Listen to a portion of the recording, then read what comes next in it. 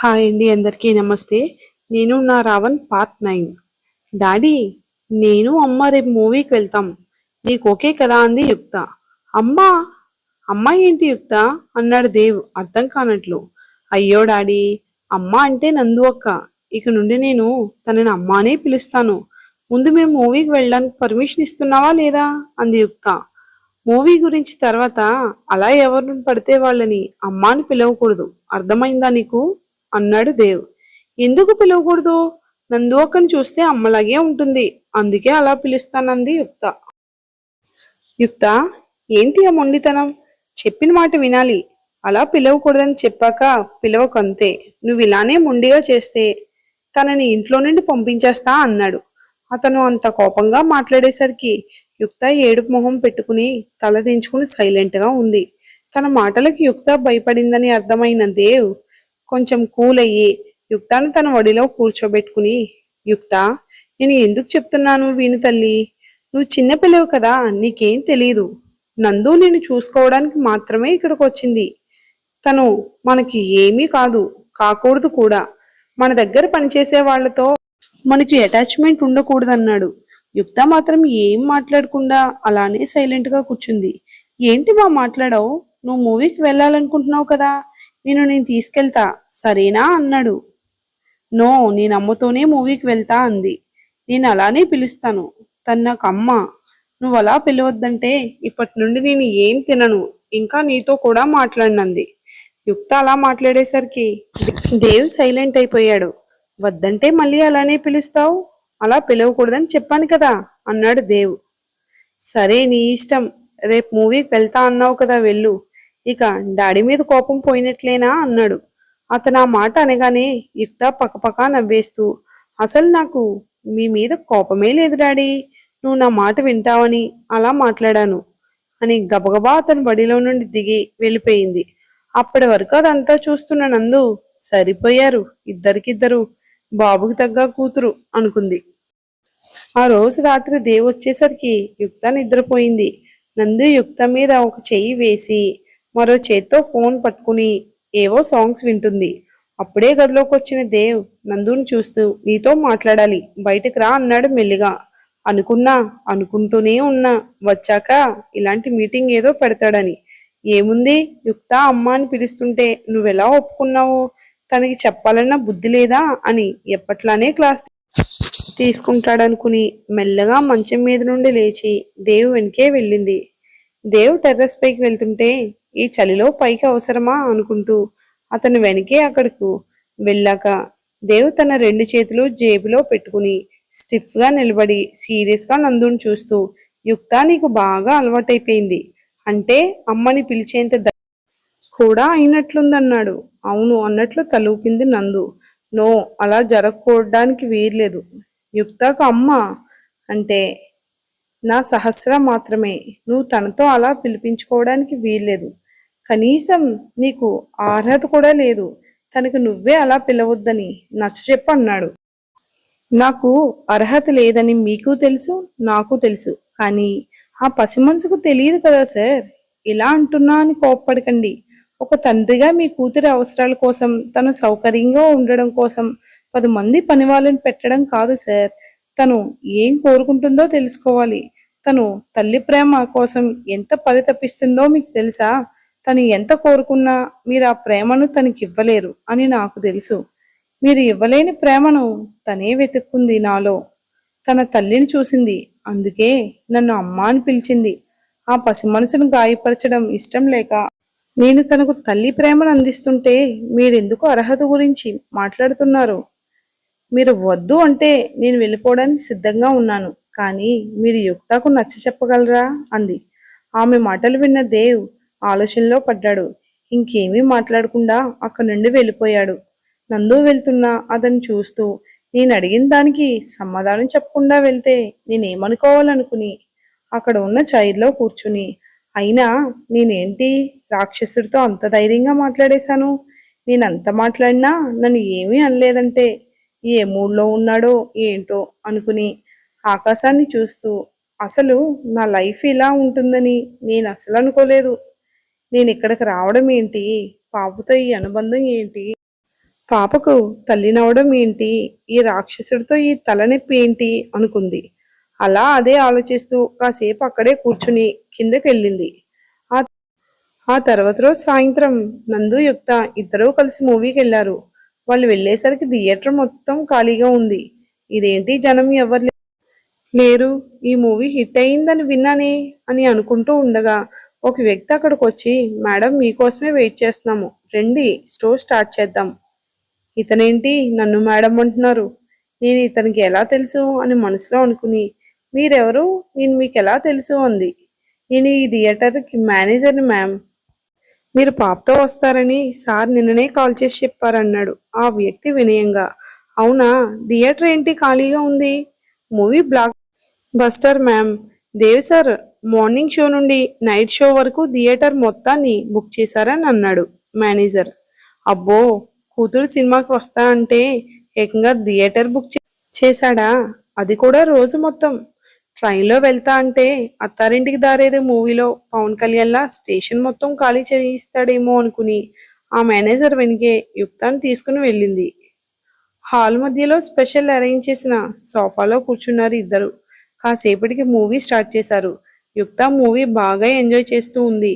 Movie చూస్తున్నంతసేపు snacks cool drinks అంటూ ఏవో ఒకటి తెచ్చి ఇస్తూనే, వీళ్ళ మర్యాదలు సంతకెళ్ళా, ఇవి తిని ఈ 2 గంటల్లో 2 కేజీలు బరువు పెరిగేలా ఉన్నాను అనుకుంది నందు. మూవీ అయ్యాక అమ్మ ఐస్ క్రీమ్ కావాలి అంది యుక్త. యుక్త, నువ్వు ఐస్ క్రీమ్ తిన్నావని మీ డాడీకి తెలిస్తే అంతే, కావాలంటే ఇంటికి వెళ్ళాక చేసి పెడతా అంది నందు. అదేం కుదరదు, నాకు ఐస్ క్రీమ్ కావాలి అని మారం చేసింది యుక్త. చెప్తే వినవు కదా అని డ్రైవర్తో కార్ ఐస్ క్రీమ్ పార్లర్ దగ్గర ఆపమని చెప్పింది. యుక్త అక్కడ ఐస్ క్రీమ్ తిన్నాక ఇంటికి బయలుదేరారు. కారెక్కిన కాసేపటికి యుక్త నిద్రపోయింది.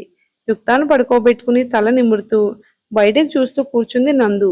నందుకి ఎందుకో తమని ఎవరో ఫాలో అవుతున్నట్టు అనిపించింది. ముందు పెద్దగా పట్టించుకోలేదు, కానీ చాలా దూరం వచ్చే వరకు వాళ్ళు ఫాలో చేస్తూనే ఉండడం వల్ల ఎవరు వీళ్ళు మమ్మల్ని ఫాలో అవుతున్నారు అనుకుని డ్రైవర్ ఒకసారి కారు ఆపంది. కారు ఆగిందో లేదో వెనక ఉన్న వాళ్ళ బైక్ కూడా ఆగిపోయింది. చెత్త వెదవలు, నేను అనుకున్నది నిజమే అయింది, చెప్తా వీళ్ళ పని అనుకుని డ్రైవర్ కారు కొంచెం ముందుకు పోనిచ్చి సైడ్ కాపంది. డ్రైవర్ నందు చెప్పినట్లే చేశాడు. డ్రైవర్ కారులో ఏదైనా రాడ్ లాంటిది ఏమైనా ఉందా అంది నందు. లేదు మేడం, మీ వెనుక సారాడే హాకీ స్టిక్స్ ఉన్నాయన్నాడు డ్రైవర్. అదైనా పర్లేదు, దెబ్బ గట్టిగా తగిలితే చాలనుకుని ఆ హాకీ స్టిక్ తీసుకుని కారు దిగి ఆ బైక్ మీద ఉన్న వాళ్ళ దగ్గరికి వెళ్ళి వాళ్ళని పట్టుకుని ఆ చెంప ఈ చెంప వాయించి, ఎందుకురా మమ్మల్ని ఫాలో అవుతున్నారు, పాప కోసమా లేదా నా కోసమా అని వాళ్ళని పట్టుకుని ఆ స్టిక్తో కొట్టింది. మేడం ఆగండి, మేము దేవి సార్ చెప్తే ఫాలో అవుతున్నాము, మీ ప్రొటెక్షన్ కోసం మిమ్మల్ని వదలండి అన్నారు వాళ్ళు. ఫోన్ తీసుకున్న నందు హలో అంది సీరియస్. ఎందుకు వాళ్ళని కొడుతున్నావు, వాళ్ళని మీ సెక్యూరిటీ కోసం పంపించానన్నాడు దేవ్. నందు ఇంకేం మాట్లాడకుండా ఫోన్ అతనికి ఇచ్చేసి అతని కాలర్ వదిలి, ఈ ముక్క ముందు చెప్పొచ్చు కదా అంది. ముందే చెప్పాం కదా మేడం, మీరు ఆవేశంలో వినలేదు అని ఫోన్ చెవి దగ్గర పెట్టుకుని, సార్ మీ అమ్మాయికి సెక్యూరిటీ అవసరం లేదు, ఈవిడే పెద్ద సెక్యూరిటీ, ఏమన్నా కొట్టిందా సార్, పేమెంట్ ఫోన్పే చేయండి, హాస్పిటల్కి వెళ్ళాలన్నాడు. ఓకే, నేను ఇప్పుడే సెండ్ చేస్తాను, వెళ్ళండి అన్నాడు దేవ్. థ్యాంక్స్ సార్ అని కాల్ కట్ చేసి నందుని చూస్తూ, మేడం మేము వెళ్ళొస్తామని కుయ్యో మొర్రో అనుకుంటూ అక్కడి నుండి వెళ్ళిపోయారు. పాపం అనవసరంగా వీళ్ళని కొట్టాననుకుని కార్ దగ్గరకు వెళ్ళింది. నిద్రపోతున్న యుక్తాన్ని ఎత్తుకుని ఇంట్లోకి అడుగు పెట్టిన నందుని చూసి పాపను పడుకోబెట్టి ఒకసారి ఇలా రా అన్నాడు దేవ్. దేవుడా, ఏ వీడెక్కడ దొరికాడు నాకు, ఎప్పుడు చూడు క్లాస్ పీకడానికే ట్రై చేస్తాడు, టీచర్ అవ్వాల్సిన వాడు బిజినెస్ మ్యాన్ అయ్యాడు అని మనసులో అనుకుని అతని వైపు చూసి సరే అన్నట్లు తలూపి గదిలోకి వెళ్ళింది. యుక్తాన్ని పడుకోబెట్టి దేవి దగ్గరకు వచ్చింది. ఆమె రావడంతోనే ఎందుకు వాళ్ళని కొట్టావు అన్నాడు దేవి సీరియస్గా. వాళ్ళు ఫాలో అవుతున్నారని కొట్టాను, నాకేం తెలుసు వాళ్ళని మీరే పంపించారని అంది నందు. తెలియకపోతే కొట్టేస్తావా, కొట్టే ముందు వెనుక ముందు ఆలోచించవా, నువ్వు కొట్టిన దెబ్బలకు వాళ్ళ హాస్పిటల్ బిల్లు ఎంతయిందో తెలుసా అన్నాడు దేవు. అంటే సార్ అప్పుడు ఏదో ఆవేశంలో కొట్టేశాను. ఆ తర్వాత తెలిసింది మీరు పంపించారని. అందుకే వదిలేసా. లేకపోతే ఇంకా ఎంత బిల్ అయ్యేదో అంది నందు. చాలే, పెద్ద ఝాన్సీ రాణి అనుకుంటున్నావా? ఒకవేళ వాళ్ళు వేరే వాళ్ళైతే సిచ్యువేషన్ ఏంటి? ఇంకెప్పుడు అలా చేయకు. ఇంకొక విషయం, రేపు ఒక ముఖ్యమైన ఫంక్షన్ ఒకటి ఉంది. నేను వెళ్ళడం కుదరదు. నువ్వు యుక్తాన్ని తీసుకుని వెళ్ళన్నాడు. సార్, నేను నార్మల్గానే ఫంక్షన్స్కి వెళ్ళను. ఇప్పుడు తెలియని వాళ్ళ ఫంక్షన్కి ఎలా వెళ్తా అంది నందు. నీకు తెలియాల్సిన అవసరం లేదు. నేను వెళ్ళమని చెప్పమని కదా వెళ్ళన్నాడు దేవ్. అంతా వీడిష్టమే కదా. ఇక నేను చెప్తే వింటాడా ఏంటి అని మనసులో అనుకుని, సార్, సరే సార్, వెళ్తా అని అక్కడి నుండి వెళ్ళిపోయింది. ఆ తర్వాత రోజు నందు ఫంక్షన్కి వెళ్ళడానికి యుక్తాన్ని రెడీ చేస్తుండగా రూపా అక్కడికి వచ్చి, మేడం, ఈ కవర్ సార్ మీకోసం పంపించారు అని ఒక కవర్ నందుకి చేతిలో పెట్టి వెళ్ళింది. ఇది నా కోసమా? ఏముంది ఇందులో అని ఆ కవర్ ఓపెన్ చేసి నందు అందులో ఉన్న డిజైనర్ లాంగ్ ఫ్రాక్ ను చూసి, వావ్, చాలా బాగుంది, ఇది నా కోసం పంపించాడా అనుకుని ఆ డ్రెస్ ఓపెన్ చేసి చూసింది. తనకు ఆ కలర్ ఇంకా డిజైన్ చాలా నచ్చింది. కానీ ఎందుకో అది వేసుకోవడానికి మనసు ఒప్పుకోలేదు. కానీ దేవ్ కోపడతాడని ఆ డ్రెస్ వేసుకుని సింపుల్ గా రెడీ అయ్యి అప్పటికే వాళ్ళ కోసం వెయిట్ చేస్తున్న కార్ ఎక్కింది. కాసేపటికి కార్ ఒక 5 స్టార్ హోటల్ ముందు ఆగింది. నందు కార్ దిగి యుక్తతో కలిసి లోనికి వెళ్ళింది. అక్కడ అరేంజ్మెంట్స్ చాలా రిచ్ గా ఉన్నాయి. ఇలాంటి ఫంక్షన్స్ కి రావడం నందుకి ఇదే ఫస్ట్ టైం. చుట్టూ చూస్తూ, అసలు ఈ రాక్షసుడికి బుద్ధి లేదు, ఇంత పెద్ద ఫంక్షన్ కి నన్ను ఎందుకు పంపాడు అనుకుని యుక్త చేయి పట్టుకుని ఇటు వెళ్ళాలా అని ఆలోచిస్తూ ఉండగా సూటు బూటు వేసుకున్న ఒక అతను వాళ్ళ దగ్గరకు వచ్చి, రండి మేడం, మీరు వస్తారని సార్ చెప్పారు. సార్ రాకపోయినా మీరు వచ్చినందుకు నాకు చాలా సంతోషంగా ఉంది అన్నాడు. ఇదేంటి, ఇంత పెద్ద మనిషి నాకు ఇంత రెస్పెక్ట్ ఇస్తున్నారు అనుకుని అతను వెనుక లోనికి వెళ్ళింది. లోపల డెకరేషన్ మామూలుగా లేదు. ఆ లైట్స్కే మతిపోయేలా ఉంది. అక్కడ ఉన్న వాళ్ళంతా చాలా రిచ్ పీపుల్ లా ఉన్నారు. వాళ్ళంతా ఖరీదైన డ్రెస్లు, నగలతో ఉన్నారు. నందు వాళ్ళని చూసి తనని తాను చూసుకుని, ఇందుకేనా రాక్షసుడు నా కోసం ఈ డ్రెస్ పంపించాడు అనుకుంది. వాళ్లతో వచ్చిన పెద్ద మనిషి నందు వాళ్ళు కూర్చోవడానికి చైరు చూపించి ఎవరో పిలిస్తే ఇప్పుడే వస్తా అని వెళ్ళాడు. అక్కడ ఎవరు సందట్లో వాళ్ళు ఉన్నారు. ఒక్క తెలిసిన ముఖం కూడా లేదు ఇక్కడ అనుకుని, యుక్త, నీకు ఇక్కడ ఎవరైనా తెలుసా అంది నందు. లేదమ్మా, అసలు ఇదేం ఫంక్షన్ అంది యుక్త. అవును కదా, నాకు ఆలోచన రాలేదు అని స్టేజ్ వైపు చూసింది. అక్కడ చిన్నపిల్లాడు యువరాజులా వాళ్ళ అమ్మ ఒడిలో కూర్చుని ఉన్నాడు. అప్పుడు అర్థమైంది అది బర్త్డే ఫంక్షన్ అని. ఇంతలో ఒక ఖరీదైన చీర కట్టుకుని ఒంటి నిండా 7 వారాల నగలతో ఉన్న ఒక ఆమె వాళ్ళ దగ్గరకు వచ్చి, ఏంటండి నిలబడే ఉన్నారు, రండి అని ఒక టేబుల్ దగ్గరకు కూర్చోబెట్టింది. ఏందిది, ఎవరెవరో వస్తున్నారు, రండి కూర్చోండి అని మర్యాదలు చేస్తున్నారు. అసలు నేను రాక్షసుడి తరపున అని వీళ్ళకి ఎలా తెలుసు? కొంపదీసి మా ఫోటోలు ఏమైనా సెండ్ చేశాడా ఏంటి? హా, అదే ఉంటుంది. లేకపోతే వీళ్ళు మమ్మల్ని ఎలా గుర్తుపెడతారు అనుకుంది. అమ్మా, ఇక్కడ నాకు బోరుగా ఉంది, వెళ్ళిపోదాం పదా అంది యుక్త. నాకు కూడా అలానే ఉంది, కానీ ఫంక్షన్ అవ్వకుండా వెళ్ళిపోతే ఏమనుకుంటారో. ఒక 5 మినిట్స్ కూర్చో, వెళ్ళిపోదాం అంది. సరే అని బలవంతంగా అక్కడ కూర్చున్నారు ఇద్దరు. ఆ తర్వాత ఎవరో వచ్చి కేక్ కటింగ్ దగ్గరికి తీసుకెళ్లారు. అదంతా నందుకి చాలా ఇబ్బందిగా అనిపించింది. అదంతా అయ్యాక నందు, యుక్త ఇంతకు ముందు కూర్చున్న ప్లేస్కి వచ్చి కూర్చున్నారు. అమ్మా, బాబు చాలా క్యూట్గా ఉన్నాడు కదా అంది యుక్త. అవును, అచ్చం నీలానే అంది నందు యుక్త బుగ్గపై కిస్ చేస్తూ. అలా ఇద్దరు మాట్లాడుకుంటూ ఉండగా మోడర్న్ డ్రెస్ వేసుకున్న ఒక అమ్మాయి అక్కడికొచ్చి, హాయ్ యుక్త, ఏంటి ఒకరిదానివే వచ్చావు, మీ డాడీ రాలేదా అంది. లేదు శ్రద్ధ ఆంటీ, నేను అమ్మ వచ్చాం అని అమ్మ అని నందుని చూసి, యుక్త, ఈమె మీ మమ్మీనా అంది. అవును, నీకు తెలీదా ఆంటీ? యుక్త, తెలీదు, ఇప్పుడే కదా తెలుసుకున్నా, వెళ్ళి తేల్చుకుంటా అని సీరియస్గా అక్కడి నుండి వెళ్ళిపోయింది. నందు వెళ్తున్న శ్రద్ధను చూస్తూ, ఎవరు యుక్త, ఈ అమ్మాయి అంది. మా డాడీ ఫ్రెండ్, పెద్ద నస. నాకు ఈ ఆంటీ అస్సలు నచ్చదంది యుక్త. అవునా, సరే, డ్రైవర్ కాల్ చేశాడు, పద ఇక వెళ్దాం అంది నందు. యుక్తాన్ని తీసుకుని అక్కడి నుండి వెళ్ళింది. దేవ్ ఆఫీస్ తన కంపెనీలో ఉన్న ఫ్యాషన్ డిజైనర్స్తో మీటింగ్లో ఉన్నాడు. ముంబైలో జరగబోయే ఫ్యాషన్ వీక్ కోసం ది బెస్ట్ డిజైన్ కావాలని వాళ్ళతో చెప్తున్నాడు. వాళ్ళు కూడా వాళ్ళ ఐడియాస్ దేవ్కి చెప్తున్నారు. ఇంతలో శ్రద్ధ వచ్చి, దేవ్ నీతో మాట్లాడాలి అంది. శ్రద్ధ, చూస్తున్నావు కదా నేను మీటింగ్లో ఉన్నాను, వెళ్ళి నీ క్యాబిన్లో వెయిట్ చేయి అన్నాడు దేవ్. నో, నేను ఇప్పుడే నీతో మాట్లాడాలి, వస్తావా రావా అంది శ్రద్ధ. రాను అని ఆమె చెయ్యి పట్టుకుని మీటింగ్ రూమ్ బయటకు వెళ్ళి డోర్ క్లోజ్ చేశాడు. ఆ తర్వాత అరగంటకు మీటింగ్ అయ్యాక తన క్యాబిన్కి వెళ్ళాడు.